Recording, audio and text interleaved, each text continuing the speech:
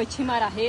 काय नेमक्या समस्या जाणवत आहेत आता हल्ली? काही दिवसांपासून जाणवत आहेत की कधीपासून हा मुद्दा सध्या चर्चेत आहे? काय सांगणार? हे सर्व झाले जसं हार्दिकनी सांगितलं आपल्याला, हे रील क्रिएटर्स जी येतात बाहेरनं ती पुरं ओळखीचे पण नसतात, मुळात ती गावातलीच नसतात. येतात बाहेरनं आपले व्हिडिओ काढतात, निघून जातात.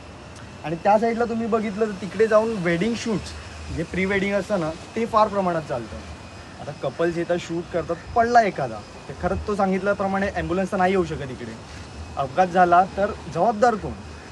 दुपारच्या टायमात आमचे मच्छीमार लोक जेवून आराम करत असतात, बिकॉज ते सकाळी लवकर बोटीवर जातात. आणि दुसरा मुद्दा म्हणजे दारू पिणं. तिकडे बघत असेल तुम्ही, तिकडे दारूची बॉटल आहे तिकडे एक, तर अशी एक बॉटल नशा फार बॉटल असतात तिकडे. येतात पोरं बाहेरनं बसतात रात्रभर 4-4 वाजेपर्यंत, 5-5 वाजेपर्यंत बॉटल येतात आणि इकडे टाकतात, फोडतात नशेमध्ये. ते ॲक्च्युली लागतात आमच्याच पायाला, कारण आम्ही समुद्रात उतरतो. त्यांना याचं काहीच माहिती नसतं.